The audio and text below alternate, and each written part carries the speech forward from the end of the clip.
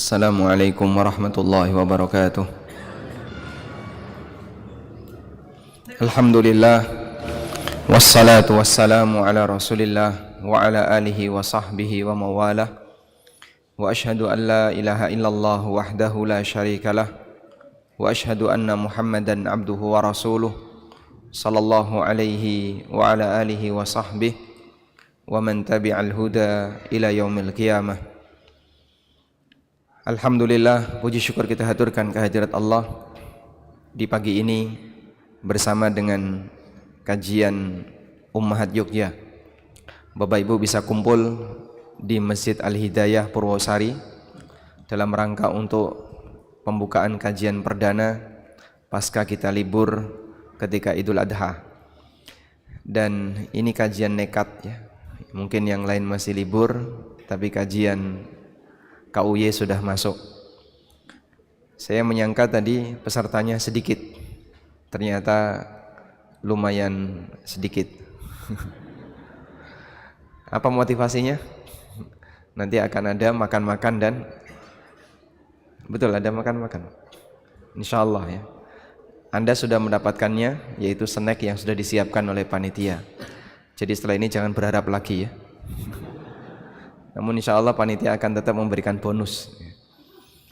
Dan alhamdulillah, insya Allah di kesempatan kali ini kita akan mengupas tentang fikih hari tasyrik. Mungkin kajiannya tidak panjang karena acara utamanya adalah acara untu, yaitu kegiatan makan setelah kajian.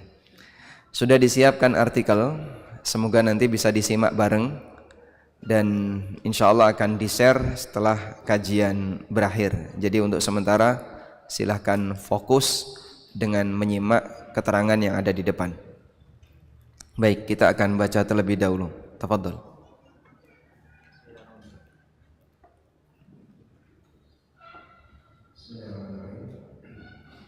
Fikih hari tasyrik. Definisi hari tasyrik.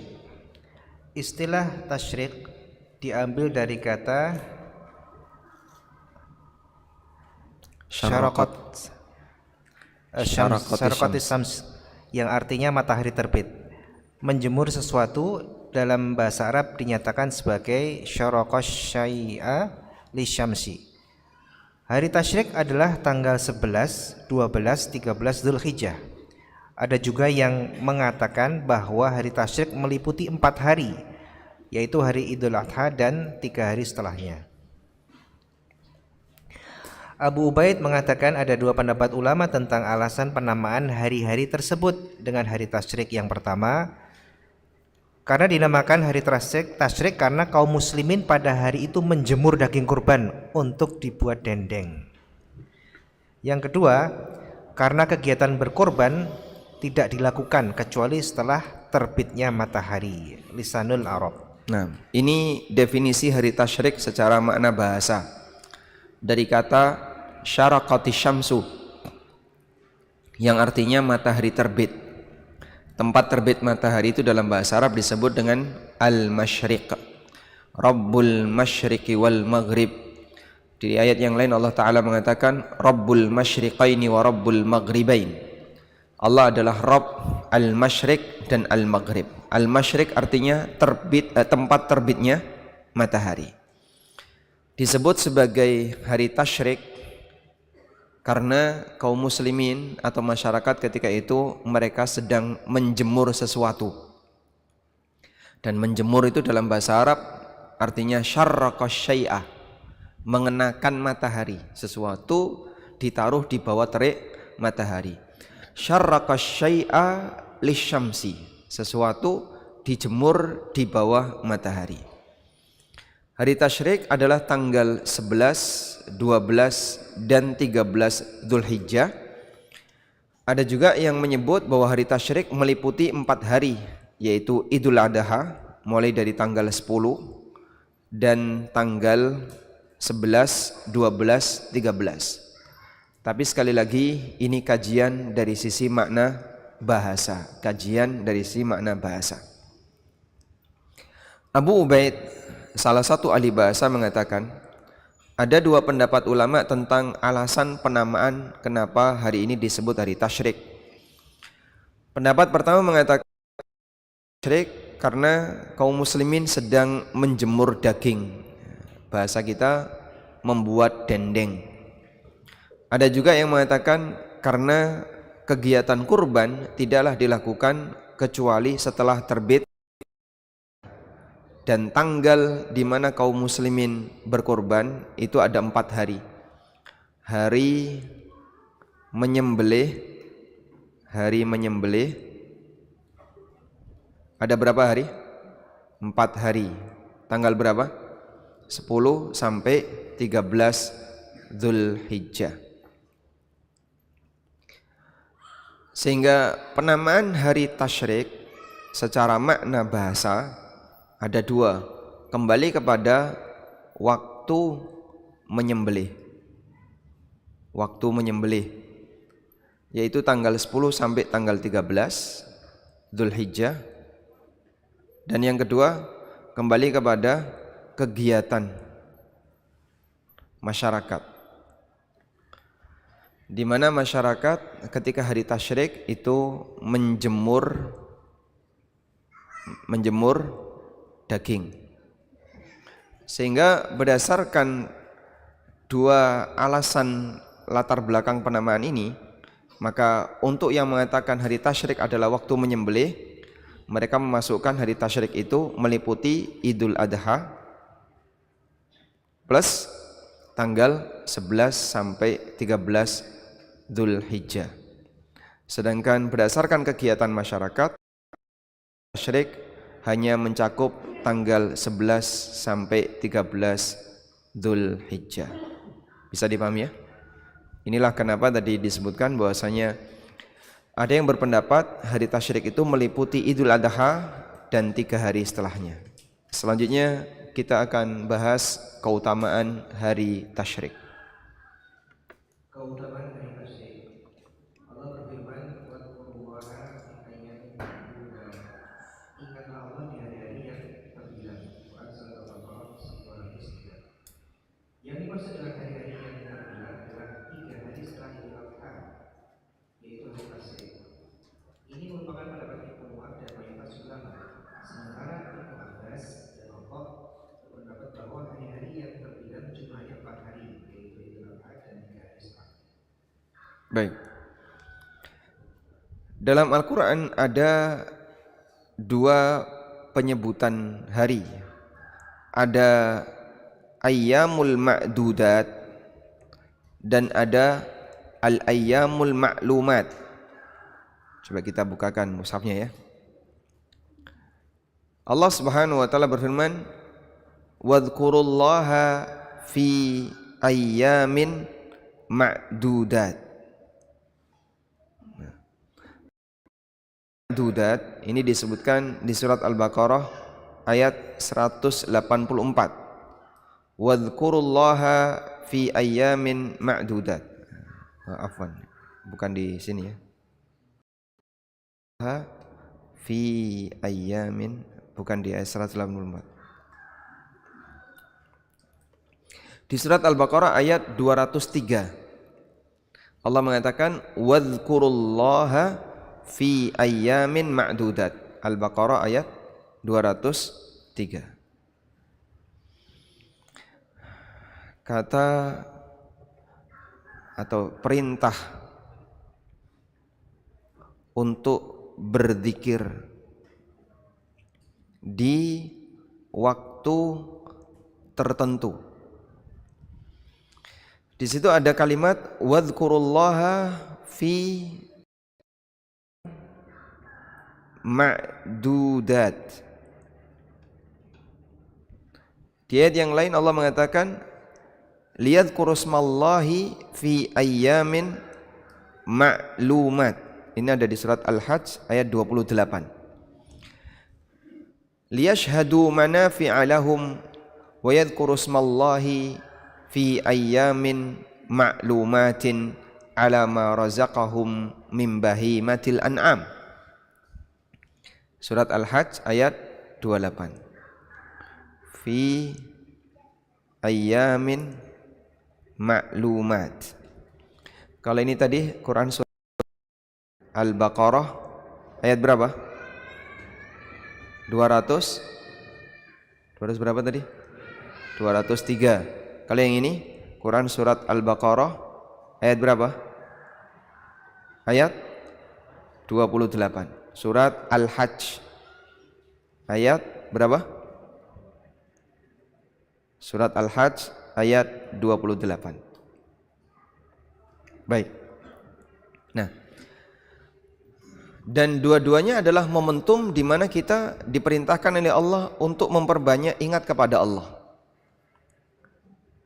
Kita diperintahkan untuk mengingat kepada Allah setiap saat.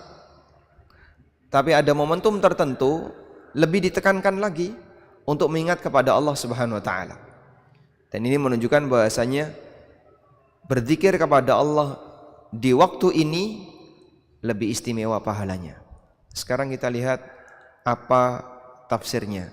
Lihat keterangan Ibnu Katsir. Tafadhal. Ibnu Katsir.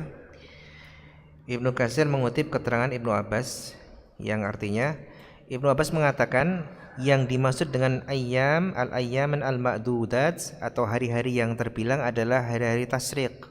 Sedangkan al-ayyam al-ma'lumat yaitu hari-hari yang telah diketahui adalah 10 hari pertama di bulan Dzulhijjah. Baik. Al-ayyam al-ma'dudat atau hari-hari yang berbilang, di sini maknanya apa tadi? Hari tasyrik. Ini adalah hari tasyrik. Sedangkan ayyam ma'lumat maknanya apa tadi? 10 hari pertama Dzulhijjah. 10 hari pertama Dzulhijjah.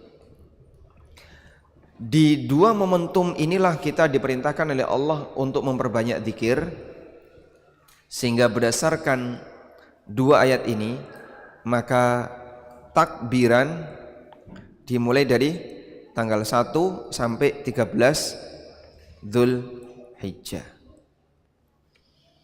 Disitulah ada syariat untuk memperbanyak takbiran dalam rangka untuk memperbanyak berzikir kepada Allah Subhanahu wa taala. Maka kita berzikir kepada Allah fi ayyamin ma'dudat wa fi ayyamin ma'lumat. Kami tekankan lagi ya. Waktu zikir. Waktu zikir itu kapan saja, Pak? Kapan waktu zikir? Setiap saat. Setiap saat. Tapi ada waktu tertentu di mana zikir ditekankan. Sehingga karena dia ditekankan, maka nilai pahala di waktu ini ketika dipakai zikir lebih afdal. Kapan saja? Tanggal 1 sampai 13 Dzulhijjah. Maka Bapak membaca Allahu Akbar di selain waktu ini punya keutamaan, tapi membaca Allahu Akbar di waktu ini jauh lebih istimewa.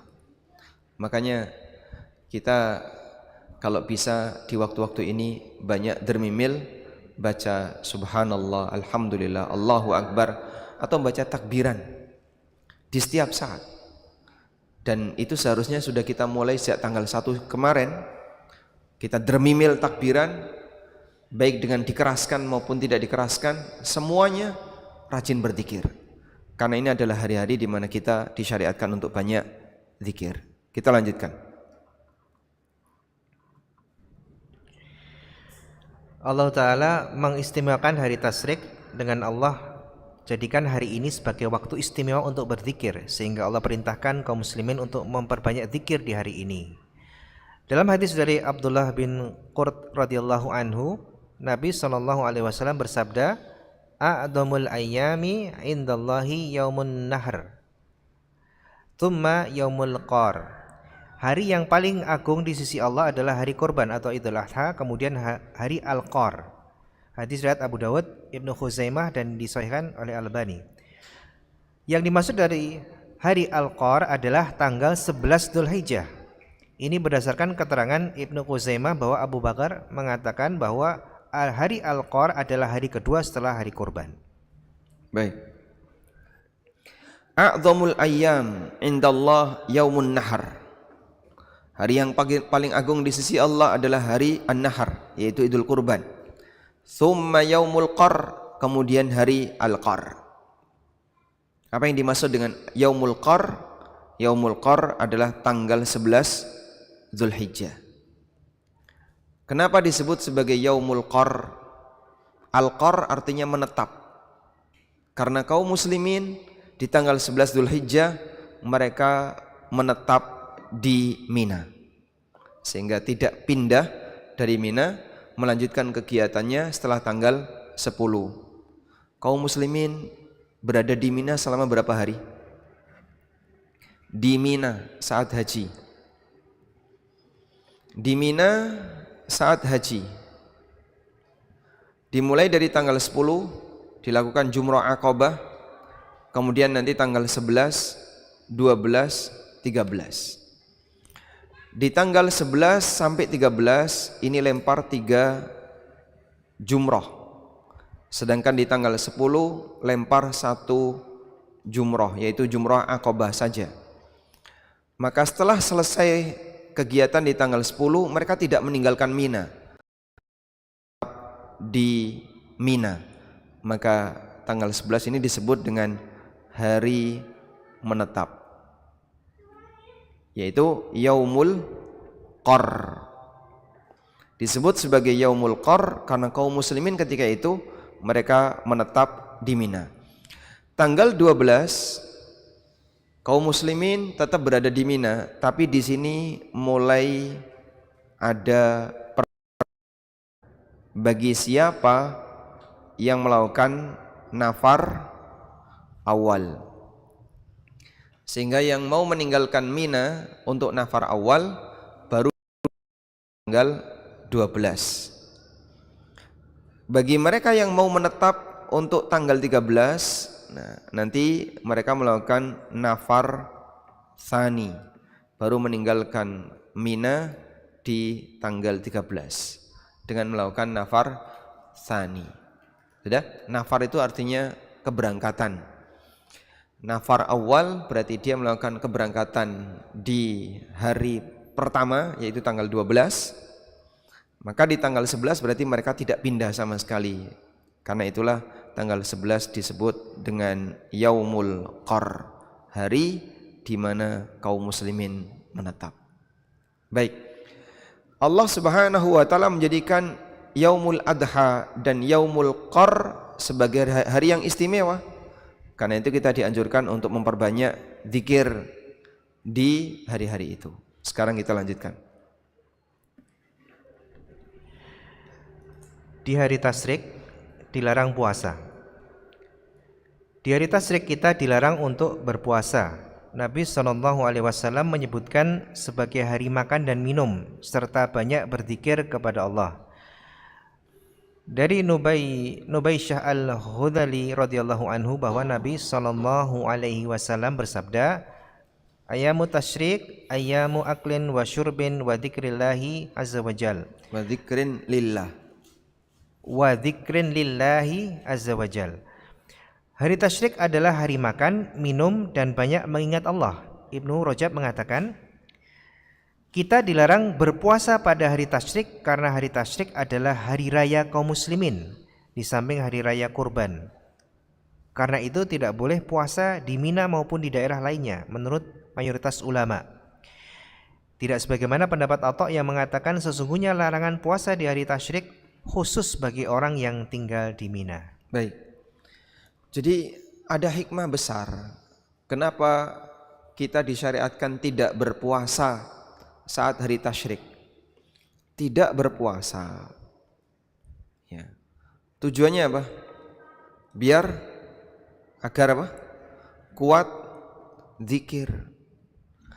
Sudah enggak puasa, tidur. Ini apaan itu? Sehingga seharusnya tidak berpuasa itu biar lebih banyak zikir, lebih banyak mengagungkan Allah, berlomba-lomba untuk zikir. Kalau Ramadan kita berpuasa sambil baca Quran. Ketika di luar Ramadan di hari tasyrik kita tidak puasa agar kita banyak zikir. Maka perbanyaklah untuk berzikir. Pokoknya dermimil zikir sebisanya. Baca zikir apapun, takbiran maupun zikir-zikir yang lain, dan sampai disyariatkan untuk tidak puasa. Bahkan tadi dalam keterangan Ibnu Rajab, kenapa ini tidak puasa? Karena kita sedang hari raya. Perpanjangan dari raya Idul Adha, yaitu dengan cara di hari tasyrik kita banyak makan minum, kita diizinkan untuk makan minum. Dengan tujuan agar kaum muslimin banyak berzikir. Sekali lagi, banyak berzikir, dan kita kurang dalam hal ini. Selanjutnya Ibnu Rajab menjelaskan rahasia di balik larangan puasa di hari tasyrik. Ketika orang-orang yang bertamu di Baitullah telah mengalami keletihan karena perjalanan berat yang mereka lalui, di samping kelelahan setelah ihram dan melaksanakan manasik haji dan umroh, Allah mensyariatkan kepada mereka untuk beristirahat dengan tinggal di Mina pada hari kurban dan 3 hari setelahnya. Allah perintahkan mereka untuk makan daging sembelihan mereka. Di saat itulah mereka mendapatkan jamuan dari Allah karena kasih sayang Allah kepada mereka. Sementara itu kaum muslimin di belahan negeri yang lain turut menyemarakkan ibadah seperti yang dilakukan oleh jamaah haji. Kaum muslimin memperbanyak amalan ibadah selama 10 hari pertama di bulan Dzulhijjah. Mereka juga disyariatkan untuk memperbanyak zikir, bersungguh-sungguh dalam ibadah, dan bersama-sama berusaha menggapai ampunan Allah dengan menyembelih hewan kurban. Setelah itu mereka bersama-sama merayakan Idul Adha dan hari tasyrik. Setelah mereka lelah dengan memperbanyak ibadah, selanjutnya mereka beristirahat menikmati hidangan daging kurban di hari tasyrik. baik. Jadi kita lihat korelasi yang dijelaskan oleh Ibnu Rajab. Kenapa hari tasyrik tidak boleh puasa? Kalau hari raya tidak boleh puasa, kita paham ya. Gimana hari raya puasa? Ada agama yang hari rayanya puasa, Pak. Hari raya puasa dia. Tidak boleh makan, tidak boleh minum, tidak boleh menyalakan lampu, tidak boleh bicara, tidak boleh. Akhirnya perayaan malah apa? Tidak ada kegiatan apapun. Sampai bandara ditutup ya. Padahal itu hari raya. Coba andaikan kaum muslimin hari rayanya kayak gitu, Pak. Nyenyet, nggak ada apa-apa. Bingung nanti kita, maksud hari raya malah kayak gini. Hari raya kan hari untuk bergembira, kumpul bersama. Maka ketika hari raya dengan semua kegiatan itu seharusnya tidak ada kegiatan puasa. Sehingga saat hari raya tidak boleh puasa.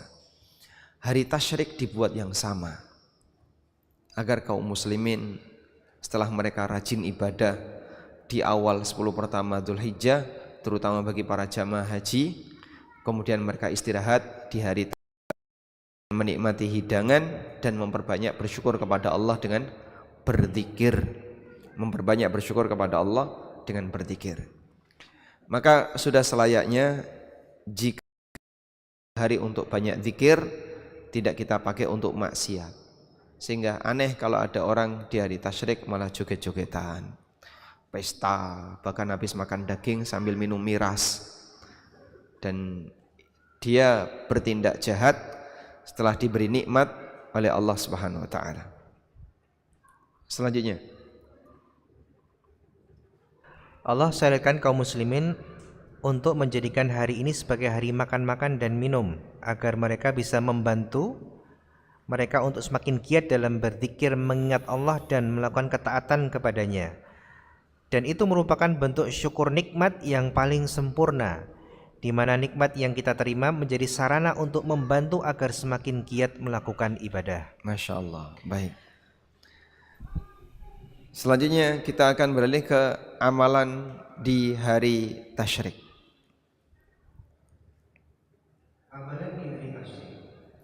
Mengingat keistimewaan hari tasyrik, sebagai orang yang beriman hendaknya kita maksimalkan upaya untuk mendapatkan limpahan rahmat dan pahala dari Allah pada hari itu. Berusaha untuk tidak menyia-nyiakan kesempatan emas ini, memperbanyak amal soleh dan berbagai bentuk ibadah kepada Allah. Hanya saja ada beberapa amal yang disyariatkan untuk dilakukan di hari tasyrik. Baik. Secara umum perbanyak amal soleh di hari tasyrik. Saya tanya, ya, subuh tadi Bapak ngapain? Sholat subuh Pak Ustadz. Setelah itu kelelahan ya, tidur karena semalam wis mangan bar mangan daging bareng. Sehingga kebanyakan tanggal 11 Dzulhijjah habis subuh tidur. Betul enggak? Coba yang tadi tidur jangan angkat tangan ya. Nah, yang enggak angkat tangan itu tidur. Karena banyak di antara kita ketika hari tasyrik ini adalah hari untuk istirahat dan nyantai. Padahal sebenarnya bisa dipakai untuk memperbanyak zikir. Istirahat tapi sambil berzikir kepada Allah. Kita lihat sekarang beberapa amalan di hari tasyrik. Yang pertama, amalan yang pertama yaitu anjuran memperbanyak berzikir. Allah Subhanahu wa taala berfirman, "Wadhkurullaha fi ayyamin ma'dudat."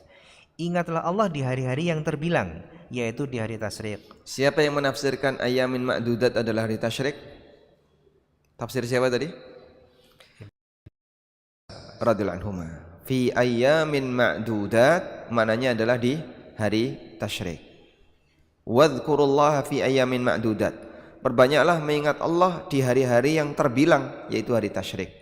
Selanjutnya dari Nubaisyah al-Hudhali radhiyallahu anhu bahwa Nabi sallallahu alaihi wasallam bersabda yang artinya hari tasyrik adalah hari makan, minum dan banyak mengingat Allah.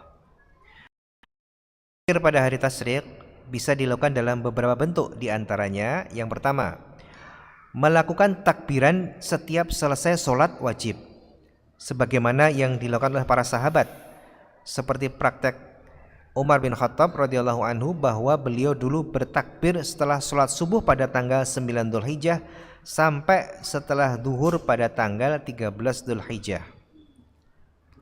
Demikian juga dari Ali bin Abi Thalib radhiyallahu anhu bahwa beliau bertakbir setelah sholat subuh pada tanggal 9 Dzulhijjah sampai asar tanggal 13 Dzulhijjah. Beliau juga bertakbir setelah asar. Baik.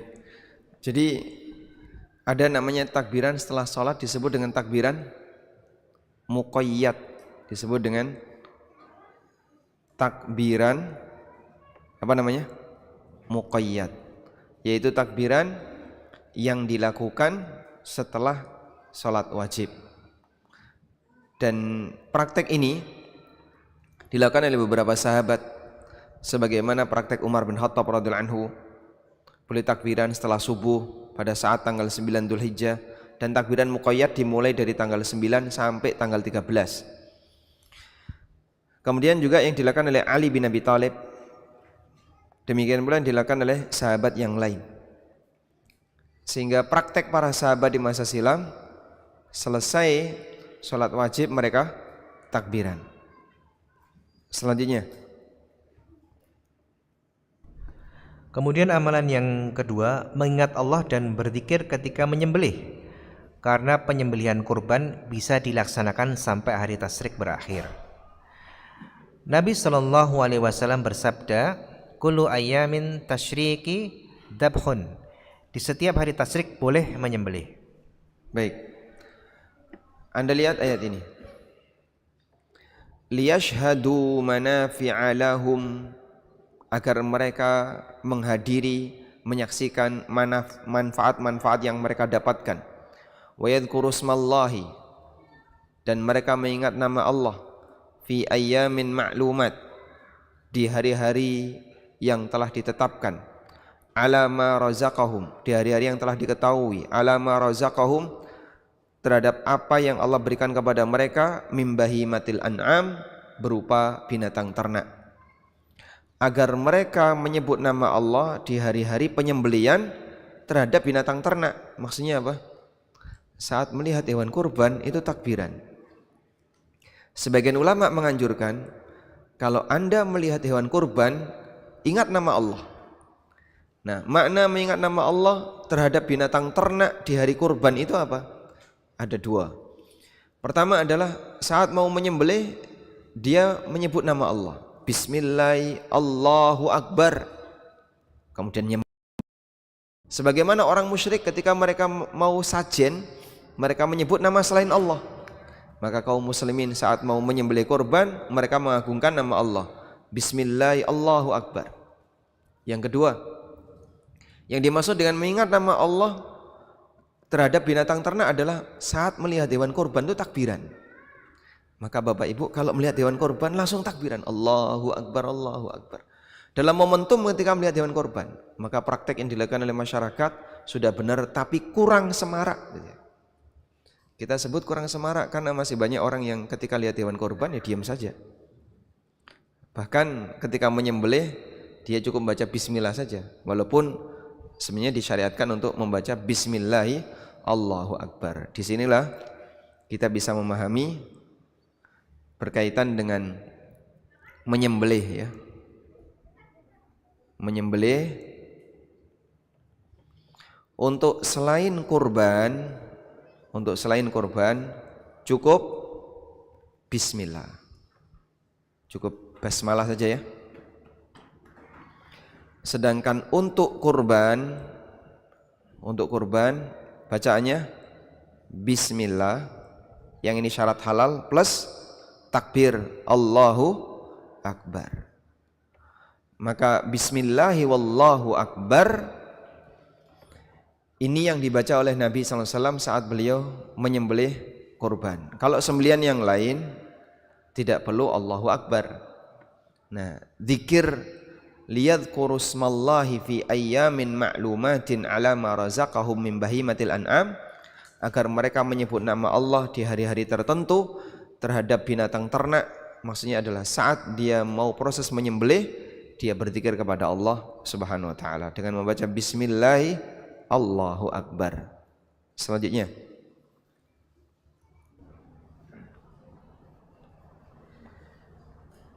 yang ketiga, iya.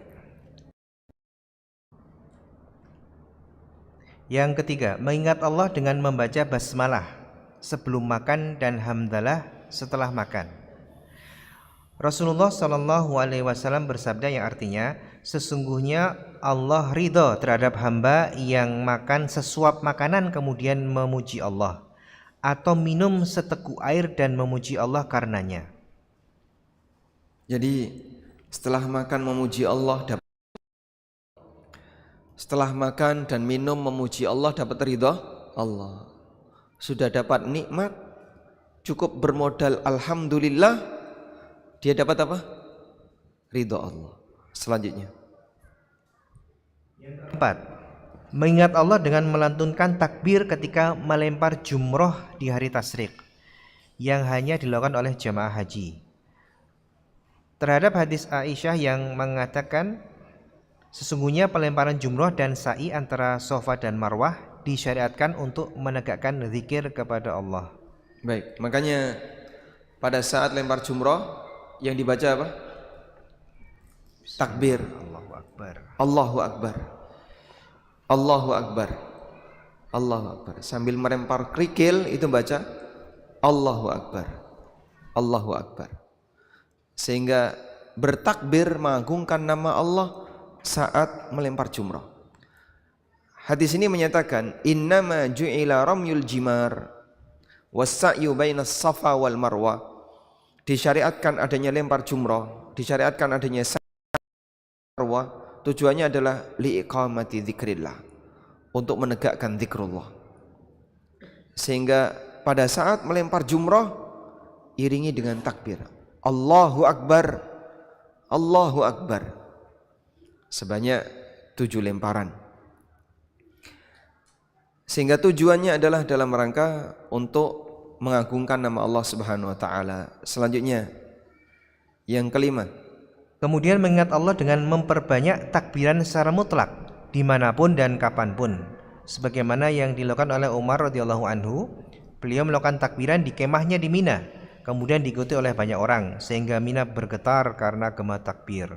Nah, Mina bergetar karena gema takbir. Walhamdulillah. Ini amalan tentang zikir. Jadi zikir pagi petang kalau bisa hari tasyrik ini makin serius ya. Kalau yang biasanya wahdahu la syarikalah lahul mulku wa lahul hamdu wa huwa ala kulli syai'in qadir, enggak genep 1 karena baru setengah sudah merem.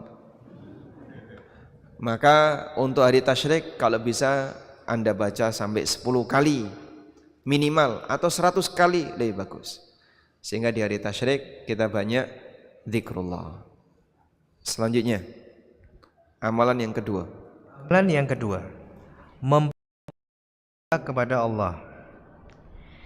Sebagian ulama menganjurkan untuk memperbanyak berdoa di hari ini. Ikrimah, murid Ibnu Abbas, mengatakan doa berikut dianjurkan untuk dibaca pada hari tasyrik, yaitu Rabbana atina fid dunya hasanah wa fil akhirati hasanah wa qina adzabannar.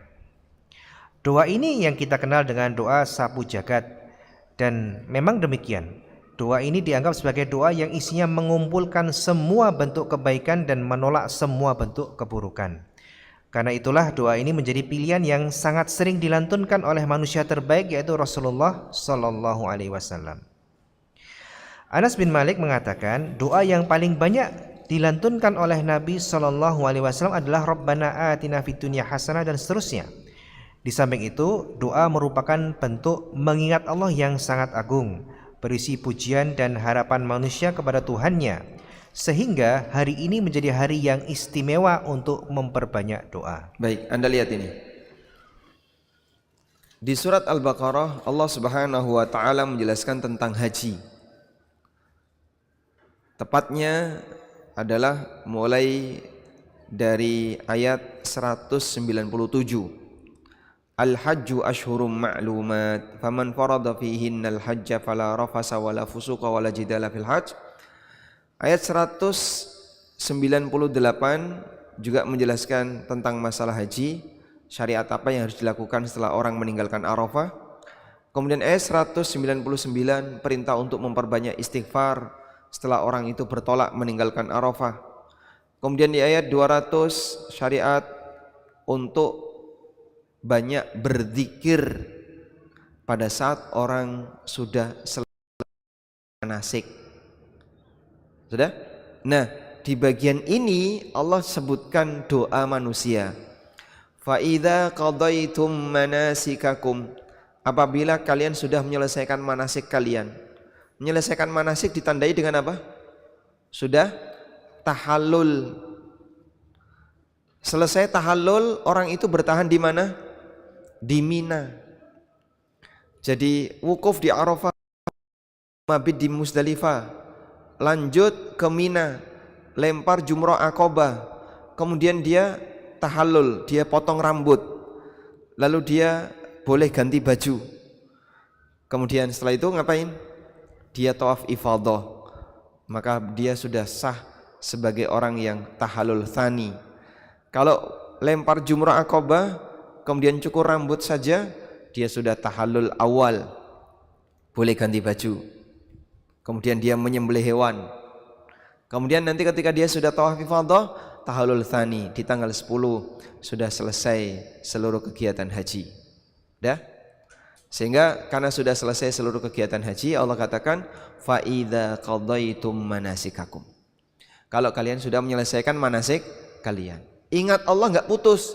Fadhkurullaha kadzikrikum. Terus ingat Allah. Dulu kalian banggakan bapak-bapak kalian, kadzikrikum abaakum, sebagaimana kalian membanggakan bapak kalian, au asyadda dzikra, dan lebih kuat lagi. Lalu Allah Subhanahu wa taala menceritakan doa manusia pasca haji. Faminhum may yaqulu rabbana atina fid dunya hasanah wa ma lahum minal akhirati wa ma lahum fil akhirati min khalaq. Di antara mereka ada yang cuma minta kebaikan dunia, tapi di akhirat enggak dapat jatah. Wa minhum may yaqulu rabbana atina fid dunya hasanah wa fil akhirati hasanah wa qina adzabannar. Di antara mereka ada yang berdoa rabbana atina fid dunya hasanah wa fil akhirati hasanah wa qina adzabannar. Nah, berdasarkan ayat ini sebagian ulama menganjurkan di hari tasyrik dianjurkan memperbanyak berdoa Rabbana atina fid dunya hasanah wa fil akhirati hasanah wa qina adzabannar. Sudah? Ini berdasarkan keterangan siapa tadi? Berdasarkan keterangan Ikrimah. Dan kenapa doa ini yang dianjurkan untuk banyak dibaca? Demikianlah doa yang diajarkan oleh Allah dalam Al-Quran. Selesai pelaksanaan haji, perbanyak doa, Rabbana atina fid dunya hasanah wa fil akhirati hasanah wa qina adzabannar. Selanjutnya Ziyad Al-Jassas meriwayatkan. Ziyad Al-Jassas meriwayatkan dari Abu Kinanah Al-Qurashi bahwa beliau mendengar Abu Musa Al-Asy'ari berceramah dalam khutbahnya ketika Idul Adha. Setelah hari raya kurban ada 3 hari di mana Allah menyebutnya sebagai al-ayyam al-ma'dudat atau hari-hari yang terbilang. Doa pada hari-hari ini tidak akan ditolak. Karena itu perbesarlah harapan kalian. Demikian, semoga Allah memudahkan kita untuk senantiasa istiqomah dalam menggapai ampunannya. Baik, alhamdulillah.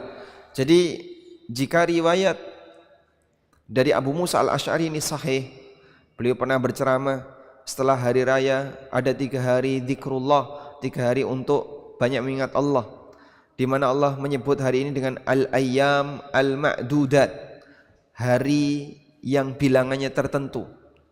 La yuraddu fihinna du'a. Doa ketika itu tidak akan tertolak. Sehingga doa mustajab di hari tasyrik. Maka perbanyaklah berdoa di mana? Di hari tasyrik. Farfa'u raghbatakum ilallahi azza wa jalla, maka perbesarlah harapan kalian, perbanyaklah berdoa Bapak Ibu di hari tasyrik. Walhamdulillah. Jadi amalan hari tasyrik apa saja? 1, memperbanyak zikir. Dan memperbanyak zikir tadi kan ada banyak bentuk ya. Mulai dari zikir takbiran, ketika melihat binatang takbiran, ketika menyembelih kita baca takbir, ketika makan minum kita berzikir. Yang kedua, memperbanyak doa, terutama doa apa? Rabbana atina fid dunya wa fil akhirati hasanah wa qina adzabannar. Yang ketiga, makan minum. Dan sudah dihidangkan, maka kajian selesai sampai di sini. Nanti ketika Anda lihat makanan, takbiran ya. Sanggup insyaallah? Baik. Walhamdulillahirabbil alamin. Demikian yang bisa kita sampaikan. Semoga apa yang kita bahas ini bermanfaat. Ada dibuka kesempatan untuk tanya jawab. Tafadhol. Ya, mungkin singkat saja. Monggo silakan Bapak yang bisa langsung bertanya tentang tema kajian pada hari ini atau yang lainnya. Monggo silakan Pak.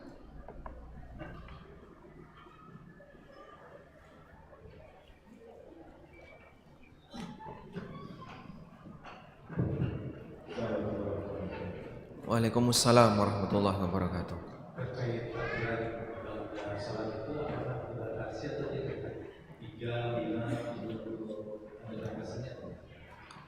Terkait takbiran selesai sholat, sebaiknya kapan dimulai?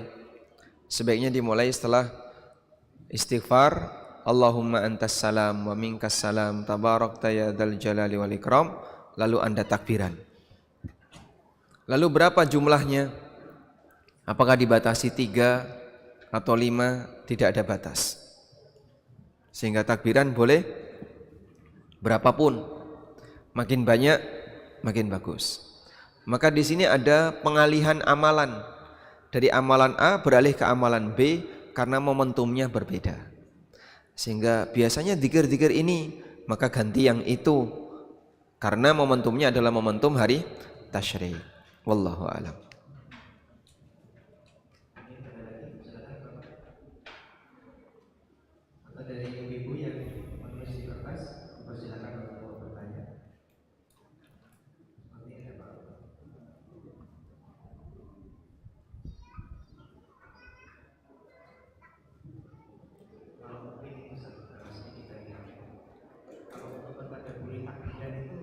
Gimana Ustadz? Lafaz takbiran itu apakah ada kaitannya kenapa takbir kemudian ada kalimat tauhid kemudian ada pujian kepada Allah, itu ada hikmahnya sendiri Ustadz? Kandungan makna dan tadabbur dari takbir. Takbir ini lafaz zikir yang dibaca di banyak kesempatan. 1, Lafadz ini merupakan pembuka ketika sholat, sebagaimana yang kita kenal dengan takbiratul ihram. Kenapa dibuka dengan takbir, bukan dengan tasbih? Subhanallah, alhamdulillah, la ilaha illallah. Tapi pembukanya apa, Pak? Allahu Akbar. Untuk menegaskan bahwasanya manusia dengan takbir dia harus mengakui Allah yang paling besar melebihi segala sesuatu. Kau tinggalkan segala urusanmu yang lain. Akbaru min kulli syai'. Dialah zat yang paling besar dibandingkan segala sesuatu. Sehingga tidak ada urusanmu yang lebih besar daripada urusan Allah. Maka mengerjakan salat. Makanya hikmah kenapa pembukaannya adalah takbir, karena ini memberikan penekanan kepada hamba untuk mengagungkan Allah setinggi-tingginya agar dia meninggalkan urusan-urusan dia yang lain. Yang kedua, kita disyariatkan untuk baca takbir saat kita takjub. Sehingga ketika kita takjub baca Allahu Akbar, mengagungkan Allah Subhanahu wa taala. Agar kita ingat Allah ketika kita melihat makhluk yang membuat kita heran, yang membuat kita takjub. Membuat kita takjub agar kita tidak fokus dengan makhluk tersebut, maka kita ingat dengan mengucapkan Allahu Akbar, membesarkan pencipta di saat kita melihat ada makhluk yang membuat kita heran. Yang ketiga, kalimat takbir dibaca saat kita bersyukur kepada Allah. Maka ketika kita mendapatkan sebuah nikmat yang besar, kita mengucapkan Allahu Akbar. Dia zat yang maha besar, melebihi besarnya nikmat yang Allah berikan kepadaku. Agar kita lebih fokus kepada yang memberi nikmat, bukan fokus kepada nikmat. Karena ketika seorang hamba tidak mengingat nama Allah saat dia melihat nikmat, maka bisa jadi Allah mencabut nikmat itu. Karena itulah kenapa ada penyakit ain. Ada penjelasan yang disampaikan oleh Ali Al-Qari, Mula Ali Qari. Mula Ali Qari rahimahullah menjelaskan kenapa terjadi ain. Sehingga orang kalau melihat sebuah benda tertentu, kemudian dia heran, dia takjub, tapi dia tidak bersyukur kepada Allah, lalu dibuat ain. Karena Allah Subhanahu wa taala tidak ridha. Allah tidak ridha ketika ada makhluk yang lebih ingat kepada makhluk yang lain, tapi justru melupakan yang menciptakan. Allah enggak ridha. Sehingga sebagai hukumannya, maka makhluk yang menjadi sebab orang itu lupa kepada Allah dibuatlah jadi ain, kena musibah, baik bentuknya benda maupun manusia maupun yang lainnya. Karena itu kita disyariatkan kalau mensyukuri sesuatu kita baca Allahu Akbar untuk mengingat zat yang memberi nikmat, ya, melebihi dari apa yang kita ingat dari kenikmatan yang Allah berikan kepada kita. Sehingga syukur bisa dengan ungkapan Alhamdulillah, bisa dengan ungkapan takbir Allahu Akbar. Demikian pula kita disyariatkan, dan ini buktinya adalah bahwasanya kita syukur dengan membaca dengan membaca takbir saat kita melihat nikmat Allah berupa apa? Binatang ternak. Wa yadhkuru smallahi fi ayyamin ma'lumatin ala ma razaqahum min bahimatil an'am. Agar mereka mengingat nama Allah terhadap nikmat binatang yang Allah berikan kepada mereka dengan banyak takbiran.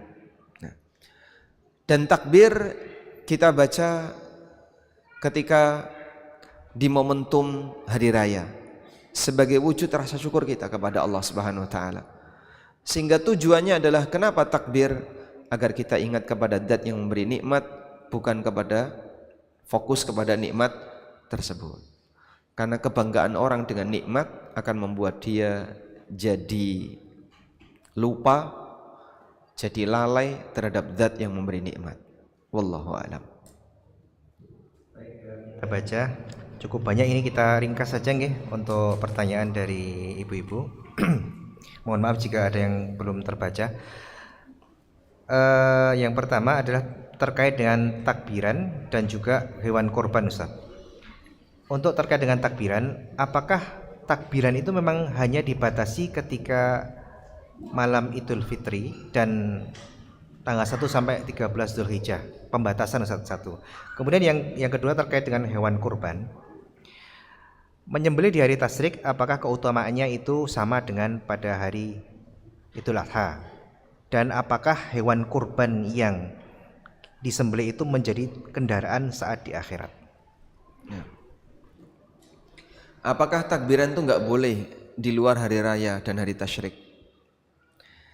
Ada kalimat yang itu menjadi syiar untuk kegiatan dan momentum tertentu. Bapak berangkat dari rumah menuju Masjid Al-Hidayah sambil mengucapkan labbaik Allahumma labbaik labbaik la syarika laka labbaik. Kira-kira gimana, Pak? Mas, obat ente apa, Mas? Orang akan menyangka kalau Anda nggak normal. Kenapa? Duh, kan ini saya menyambut panggilan Allah yang tadi ada ajakan untuk sholat ketika azan.